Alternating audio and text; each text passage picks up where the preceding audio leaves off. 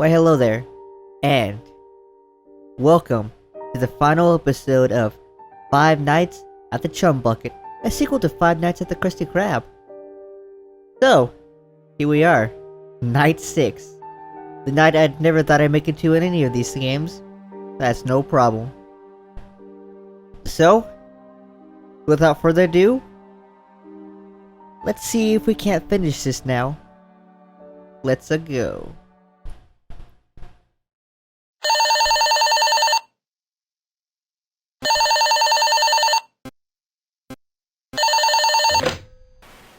Hello?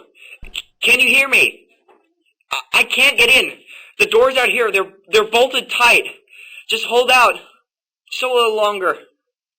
I'll try and think of something. And so it begins. The final night. So, let's see how active these things get. And, while we're waiting, I believe it's a good time to do oh, that's quite fast. Quick recap of our story here. So, essentially, what's happened is the original Krusty Krab's diner that we were working at, well, it burned down. We're one of the survivors along with, I believe, well, not really the Squidward, robotic. Although it did die. Partially, anyway.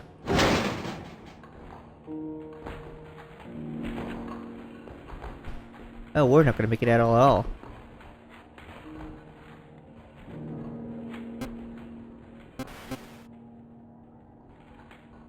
But since there weren't supposed to be any survivors, we were essentially captured and kidnapped, brought over to the Chum Bucket,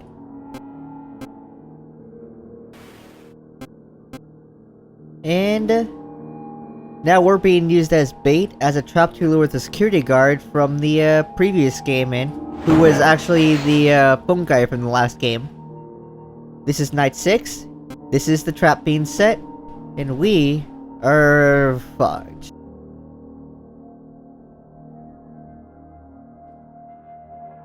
Well.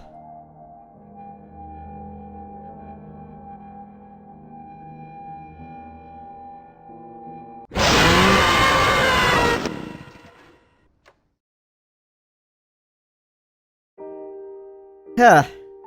Okay. So that was the quick recap again. We're the bait to lure the phone guy in who's trying to come rescue us. And the expectation is that the guy who I'm assuming works for, what was his name? Plankton is trying to kill us both via these robots which were designed explicitly to kill us as part of a game. So let's try this again.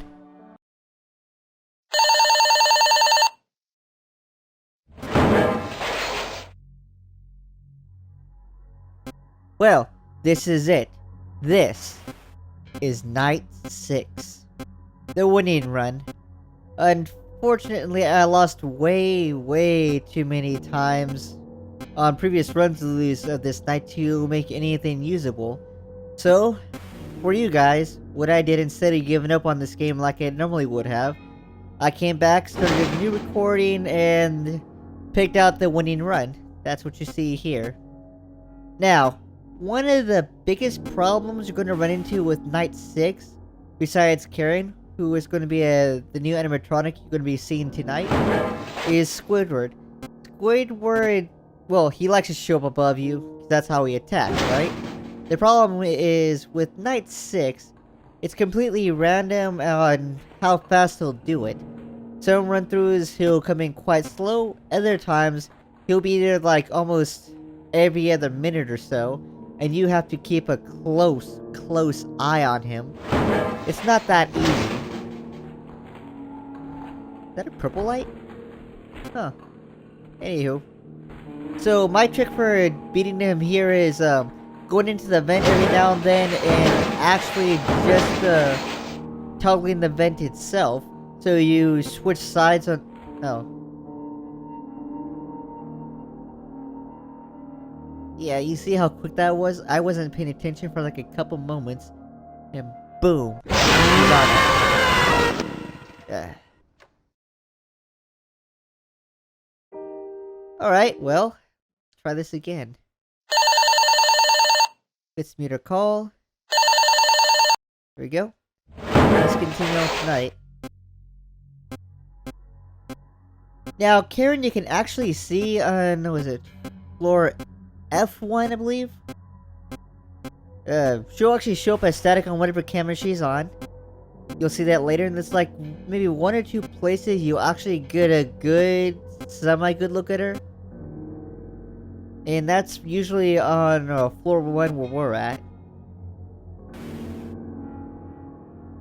Now, another thing to note is Mr. Krabs, he comes by a lot faster on night 6.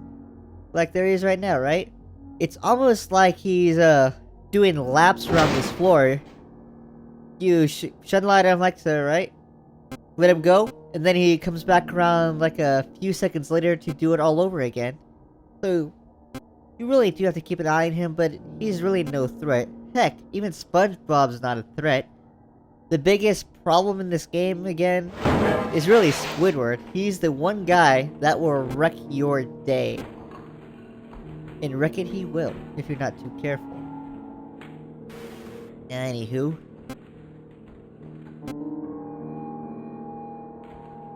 So again, we just toggle more events, and we wait around. We're still looking, still looking. Now, I'm not going to keep away from the hallways this time, because, like I said, as fast as these guys move, you want to stay there and watch the hallways, and the little rooms behind them too, if possible. Like right there.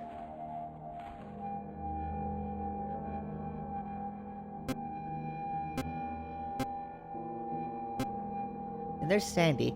Now, Sandy really doesn't do anything this night, which is kind of odd. But maybe that's just me. I know she does something on this night because I ignore her long enough. But on my other run-throughs on night 6, she did little to nothing.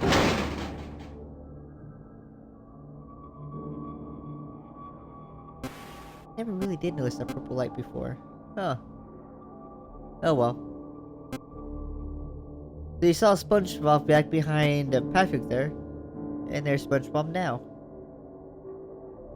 Of course, I'm trying to be careful on conserving power. When Karen first showed up, I thought it was not only like she was attracted to electricity or light that we were emitting.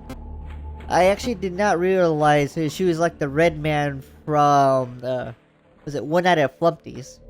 Where she's just a physical character who happens to make, well, cameras go static in her presence. There's Patrick again, and yeah, they all move quite quick tonight. Alright, so it's around this time that Karen should be showing up. She usually pops in around 3 to 4 in the morning. See if we can catch sight of her. No, it's just Mr. Krabs again. I'll take care of that. Alright. So toggle events. Get rid of Squidward. And look. No, nobody. Oh, except for him.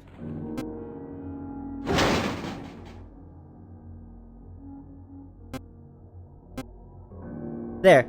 See that blinking all the way back in the corner? That's Karen. You can barely see it. You can barely see the effect she's having on the piping. That's where she's at. And now camera 1 for the right hall is gone static. She's outside our door. Now, if you weren't careful, if you weren't careful, you wouldn't know she was there at all. Because the fact that she doesn't show up at the door, although her effect can be seen. And she'll sit there for a long while, almost until the door starts to overheat before she starts to go away. But there's nothing you can do about that, unfortunately. Letting her in is game over. And it looks like she's gone. Now the blinking in the room you're seeing right now, that is... well, that's Sandy screwing with the generator, which we can't do anything about right now.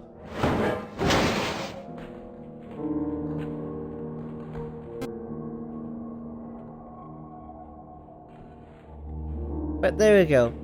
So that's what you do when Sandy messes with the generator like that. You put the thing in overdrive, it fries her circuits, and she backs off. Sandy is never actually going to attack you head on. Alright. So we know Karen moved off. And we should be good for the rest of the night. Not quite remembering. Oh, yeah, we're good, we're good.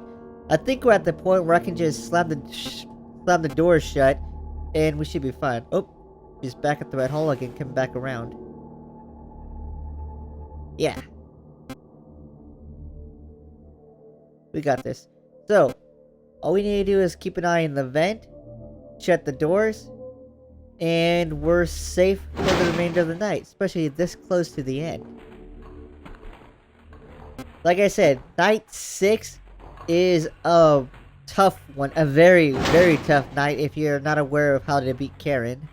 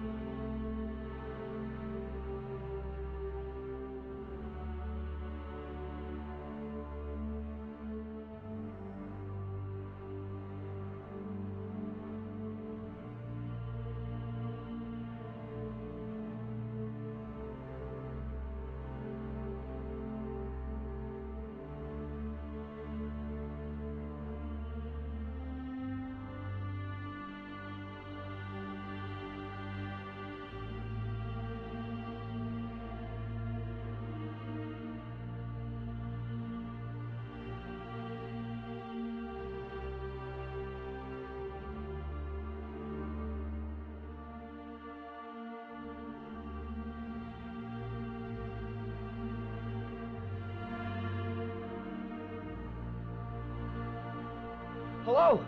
I can see you through the glass. The doors, they're stuck fast. I can't get it open. Could you try from your side?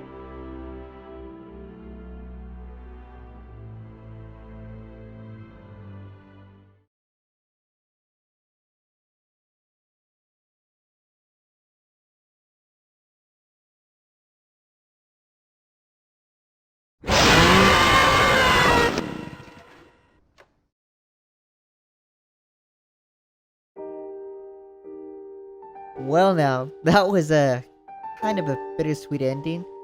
I really thought we'd escape that time. Oh well. So, this has been Five Nights at the Chum Bucket, a sequel to Five Nights at the Krusty Krab. I hope you guys enjoyed it. I sure as hell did. So, thanks for watching, and I'll catch you next game.